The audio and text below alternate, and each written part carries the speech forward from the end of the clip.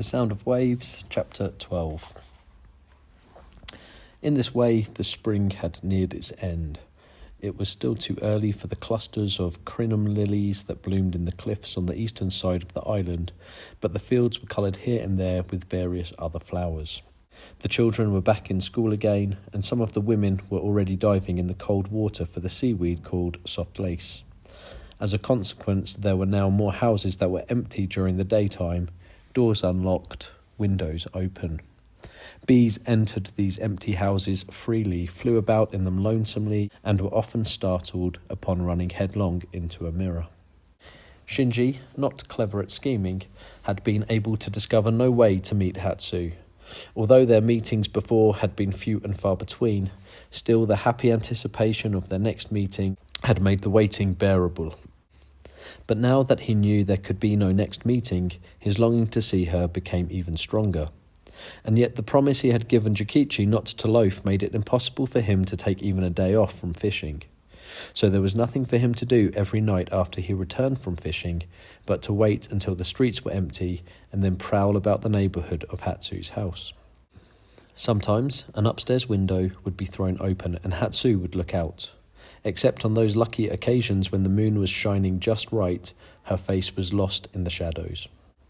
Even so, the boy's sharp eyesight allowed him to see clearly even how her eyes were wet with tears. Out of fear of the neighbours, Hatsu never spoke. And Shinji too, from behind the stone wall of the small vegetable garden at the back of her house, would simply stand looking up at the girl's face, not saying a word. Without fail, the letter Ryuji would bring the next day would dwell at great length upon the pain of such an ephemeral meeting. And as Shinji read the words, Hatsu's image and voice would finally come into focus together. And in his mind, the wordless girl he had seen the night before would come alive with speech and action. Such meetings were painful for Shinji too, and there were times when he preferred to relieve his pent-up emotions by wandering to those parts of the island where people seldom came. Sometimes he went as far as the ancient burial mound of Prince Deki. The exact boundaries of the tumulus were not clear, but at the highest point there were 7 ancient pine trees, and in the midst of them a small torii and a shrine.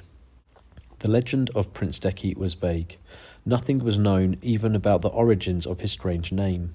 In a time-honoured ceremony held during the Lunar New Year, the strange box that reposed in the shrine was briefly opened each year, and old couples of more than 60 years of age were allowed a fleeting glimpse of the object it contained, which looked like an ancient nobleman's fan-shaped baton. But no one knew what relationship there was between this mysterious treasure and Prince Deki. Until about a generation past, the children of the island had called their mothers Aya, and this was said to have arisen from the fact that the prince had called his wife Haya, meaning room, and that his infant heir had mispronounced the word as Aya when trying to imitate his father. Be that as it may, the story goes that long, long ago in a golden ship, the prince drifted from a far land to this island, took a girl of the island to wife, and when he died was buried in an imperial tumulus. No accounts have been handed down concerning the prince's life, nor are there recounted any of those tragic tales that are apt to grow up and adhere to such a legendary figure. Assuming the legend to be based on fact, this silence suggests that Prince Deki's life on Tajima must have been so happy and uneventful that it left no room for the birth of tragic yarns. Perhaps Prince Deki was a heavenly being who descended to a nameless land. Perhaps he lived out his earthly years without being recognised, and, do what he would, will as he could, was never separated from happiness nor from the blessings of heaven. Perhaps this is the reason why his remains were interred in a mound overlooking the beautiful 5-league beach and Hashijo Isle, leaving behind not a single story. But the boy knew only unhappiness as he wandered about the shrine until exhausted. Then he sat down absent-mindedly on the grass, hugged his knees, and gazed out at the moonlit sea. There was a halo around the moon, foretelling rain on the morrow. The next morning, when Ryuji stopped by Hatsu's house to pick up the daily letter, he found it sticking out a little from under one corner of the wooden lid on the water jar, covered with a metal basin to keep the rain from wetting it. The rain continued during the entire day's fishing, but Shinji managed to read the letter during the noon rest by protecting it with his raincoat. Her handwriting was terribly difficult to read, and she explained that she was writing in her bed early in the morning, groping in the dark to avoid arousing her father's suspicions by turning on the light. Usually she wrote her letters at odd moments during the day and posted them before the fishing boats went out the next morning. But this morning, she wrote, she had something she wanted to tell him at once, so she had torn up the long letter she had written him yesterday and was writing this in its place. Hatsu's letter went on to say that she had had a lucky dream. In the dream, a god had told her that Shinji was a reincarnation of Prince Deki.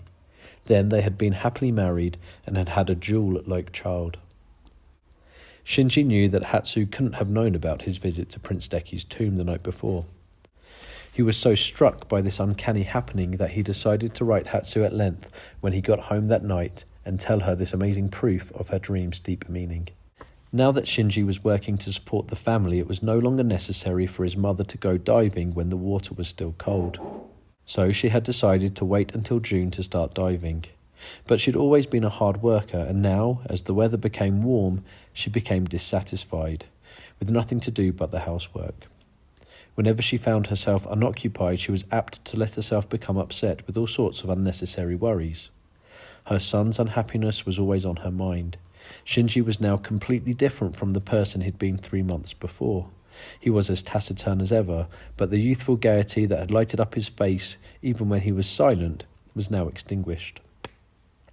One day she had finished her darning in the morning and was facing a boring afternoon. Idly she began to wonder if there wasn't something she could do to relieve her son's misery.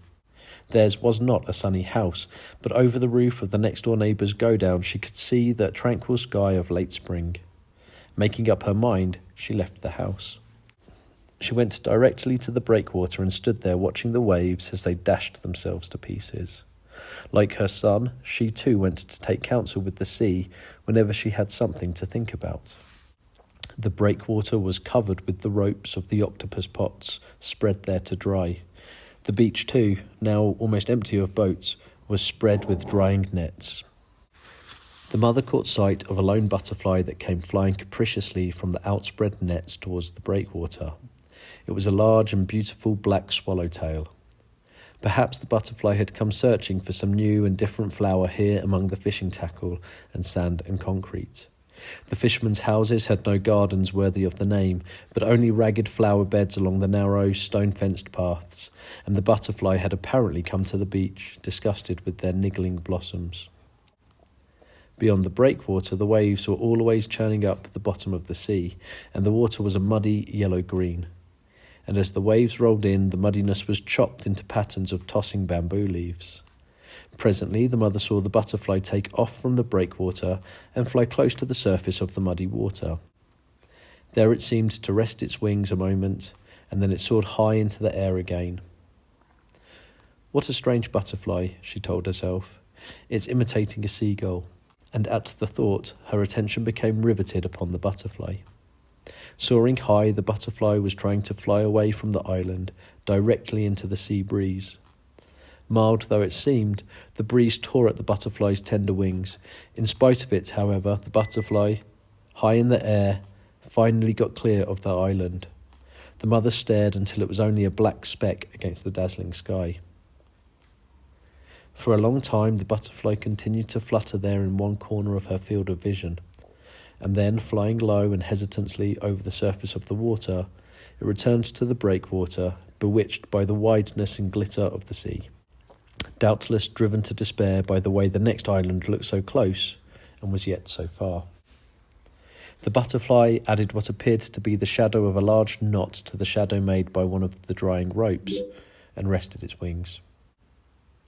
The mother was not one to put faith in signs and superstitions, and yet the butterfly's futile labour cast a shadow over her heart. Foolish butterfly, and if it wants to get away, all it has to do is perch on the ferry boat and go in style. And yet she herself, having no business in the world outside the island, hadn't been on the ferry boat now for many, many years. At this moment, for some reason, a reckless courage was born within her heart. With firm steps, she strode quickly from the breakwater. A diving woman greeted her along the way and was surprised when Shinji's mother walked steadily on as though deep in thought, not even returning the greeting. Terukichi Miyata was one of the richest men in the village. Of course, about all that could be said of his house was that it was a bit newer than the other village houses. Otherwise, it couldn't even be said that its tile roof towered in particular above the houses around it. The house had neither an outer gate nor a stone wall, nor was it different from the other houses in its arrangement. The hole for ladling out night soil was to the left of the main door, and the kitchen window to the right, both insisting majestically upon their equal rank. Precisely in the same way that the ministers of the left and the right occupy their seats of honour at either side of a doll festival arrangement. And yet, being built on a slope, the house did derive a certain air of stability from a stoutly constructed concrete basement on the lower level, where the slope dropped away. This was used as a storeroom and had windows opening directly on the narrow road. Beside the kitchen door there was a water jar large enough for a man to crawl into. Its wooden lid, under which Hatsu left her letter each morning, gave the outward appearance of protecting the water from dust and dirt. But when summer came, it couldn't keep out the mosquitoes and other flying insects whose dead bodies would suddenly be found floating on the water in the jar. Shinji's mother hesitated a moment as she was about to enter the house. Just the fact that she had come calling at the Miyata house, where she wasn't on intimate terms, would be enough to set the villagers' tongues to wagging. She looked about. There wasn't a human form to be seen. There was nothing but a few chickens scratching in the alley and the colour of the sea below, glimpsed through the scanty azalea blossoms of the next house. The mother put her hand to her hair and, finding it still disarranged from the sea breeze, took from her bosom a small red celluloid comb with several teeth missing and quickly combed her hair. She was wearing her everyday work clothes. Beneath her face, which was bare of any makeup, there was the beginning of her sunburnt chest. Then came her kimono-like jacket and bloomer-like work pants, both with many patches, and the wooden clogs on her bare feet.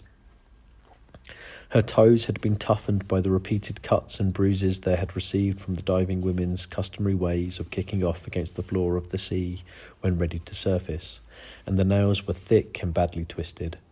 Her feet could in no way have been called beautiful, but when planted on the earth they were firm and unshakable. She opened the door and entered the central workroom.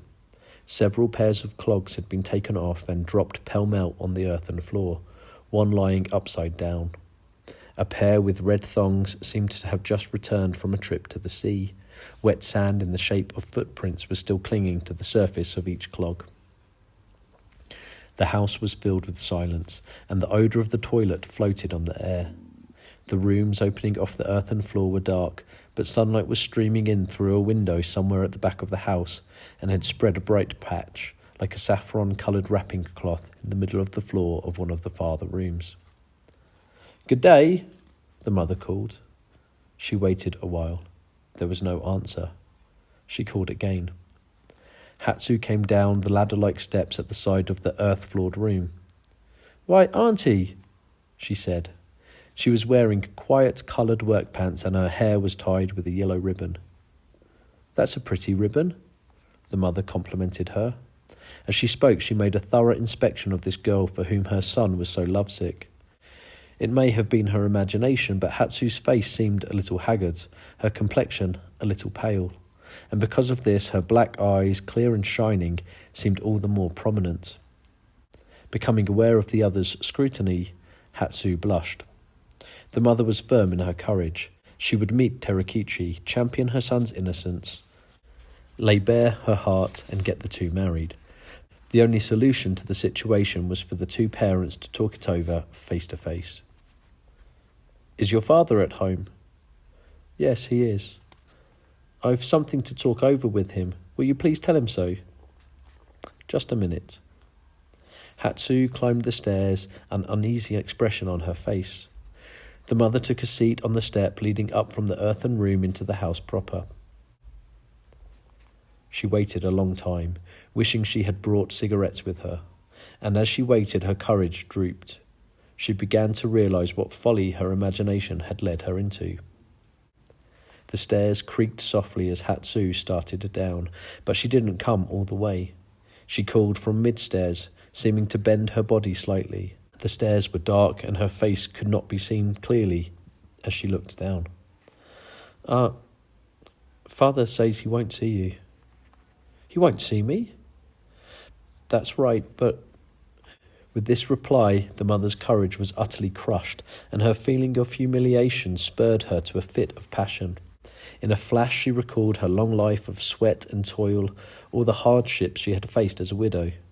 Then, in a tone of voice that sounded as though she were spitting in someone's face, but not until she was already half out the front door, she bawled out, "All right then, so you say you don't want to see a poor widow. You mean you don't want me to cross your threshold ever again? Well, let me tell you something, and you tell that father of yours, here. Tell him I said it first, that never in my life will I ever cross his damned threshold again." The mother couldn't bring herself to tell her son about this fiasco of hers. Looking for a scapegoat, she turned her spite against Hatsu and said such bad things about her that, instead of having helped her son, she had a quarrel with him. Mother and son didn't speak to each other for one whole day, and then the next day they made up. Thereupon the mother, suddenly overcome with the desire for her son's sympathy, told him all about her abortive call on Terekichi. As for Shinji, he'd already learned of it from one of Hatsu's letters. In her confession, the mother omitted the final scene in which she had spewed forth those outrageous parting words of hers, and Hatsu's letter also, out of consideration for Shinji's feelings, had made no mention of this. So for Shinji, there was nothing but the smarting thought of how his mother had had to eat the humiliation of being turned away from Terekichi's door. And the soft-hearted boy told himself that, even if he couldn't agree with the bad things his mother said about Hatsu, still he couldn't blame her for saying them. Until now he had never tried to hide his love for Hatsu from his mother, but he made up his mind that henceforth he must never confide in anyone except the master and Ryuji. It was out of devotion for his mother that he made this decision. Thus it came about that, because she had tried to do a good deed and had failed, the mother was lonelier than ever. It was fortunate that there wasn't a single day of rest from fishing, for if there had been, it would have served only to make him bemoan the tedium of a day in which he couldn't meet Hatsu. Thus the month of May came, and their meetings were still prohibited. Then one day Ryuji brought a letter which made Shinji wild with joy. "Tomorrow night, for a wonder, Father is having visitors. They are some prefectural officials from Tsu and will spend the night. Whenever Father has guests, he always drinks a lot and goes to bed early, so I think it will be safe for me to slip out of the house about 11 o'clock. Please wait for me in front of Yashiro Shrine." When Shinji returned from fishing that day, he changed into a new shirt. His mother, given no explanation, sat looking up at him nervously. She felt as though she were once more looking at her son on that day of the storm. Shinji had now learned well enough the pain of waiting, so he decided it would be better if he let the girl do the waiting this time, but he couldn't do it. As soon as his mother and Hiroshi were in bed, he went out. It still lacked 2 hours of 11 o'clock. He thought maybe he could kill the time by going to the Young Men's Association. Light was shining from the windows of the hut on the beach, and he could hear the voices of the boys who were sleeping there. But then he had the feeling that they were gossiping about him, and he went on by. Going out onto the nighttime breakwater, the boy turned his face to the sea breeze. As he did so, he recalled the white ship he had seen sailing against a background of sunset clouds on the horizon that day when he had first learned Hatsu's identity from Jokichi. Recalled the strange feeling he had had as he watched the ship sail away. That had been the unknown. So long as he had observed the unknown from a distance, his heart had been peaceful. But once he himself had boarded the unknown and set sail, uneasiness and despair, confusion and anguish had joined forces and borne down upon him. He believed he knew the reason why his heart, which should have been filled with joy at this moment, was instead crushed and unable to move. The Hatsu whom he would meet tonight would probably insist upon some hasty solution or other to their problem. Elopement? But they were living on an isolated island, and if they were to flee by boat, Shinji had no boat of his own, nor, even more important, did he have any money. Double suicide then? Even on this island there had been lovers who took that solution. But the boy's good sense repudiated the thought, and he told himself that those others had been selfish persons who thought only of themselves. Never once had he thought about such a thing as dying, and above all, there was his family to support. While he had been pondering these matters, time had moved ahead surprisingly fast. This boy, who was so inexpert at thinking, was surprised to discover that one of the expected properties of thought was its efficacy as a time killer. Nevertheless, the strong-willed young man abruptly turned off his thoughts. No matter how efficacious it might be, what he had discovered above all else about this new habit of thinking was that it also comprised point-blank peril. Shinji didn't have a watch. As a matter of fact, he needed none. In its place, he was endowed with the marvellous ability of being able to sense what time it was instinctively, day or night. For instance, the stars moved. And even if he wasn't an expert at measuring their changes precisely, still his body perceived the turning of the immense wheel of the night, the revolution of the giant wheel of the day. Placed as he was, close to the workings of nature, it wasn't surprising that he should understand nature's precise system. But, to tell the truth, as he sat on the stairs at the entrance to the office of Yashiro's shrine, he had already heard the clock give the single stroke of the half hour, and so he was doubly sure it was past 10:30. The priest and his family were fast asleep. Now the boy pressed his ear to the night shutters of the house and counted, at full length, the 11 strokes that sounded lonesomely from the wall clock inside. The boy stood up, and, passing through the dark shadows of the pine trees, came to a stop at the top of the flight of 200 stone steps leading downward to the village. There was no moon. Thin clouds covered the sky, and only an occasional star was to be seen. And yet the limestone steps gathered together every last gleam of the night's faint light, and, looking like some immense, majestic cataract, fell away from the spot where Shinji stood. The vast expanse of the Gulf of Eyes was completely hidden by the night, but lights could be seen on the farther shores, sparse along the Chita and Atsumi peninsulas, but beautifully and thickly clustered about the city of Uji-Yamada. The boy was proud of the brand new shirt he was wearing.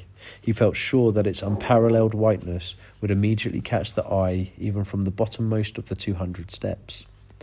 About halfway down the stone steps there crouched a black shadow, caused by the pine branches that hung over both sides of the stairway there. A human figure came into view at the bottom of the steps, looking very small. Shinji's heart pounded with joy.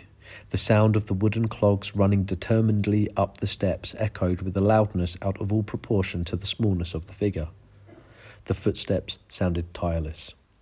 Shinji resisted the desire to run down the steps to meet her. After all, since he'd waited so long, he had the right to stay calmly at the top. Probably, however, when she came close enough for him to see her face, the only way he could keep from shouting out her name in a loud voice would be to go running down to her. When would he be able to see her face clearly? At about the 100th step? What? At that instant, Shinji heard a strange roar of anger from below. The voice seemed for certain to be calling Hatsu's name.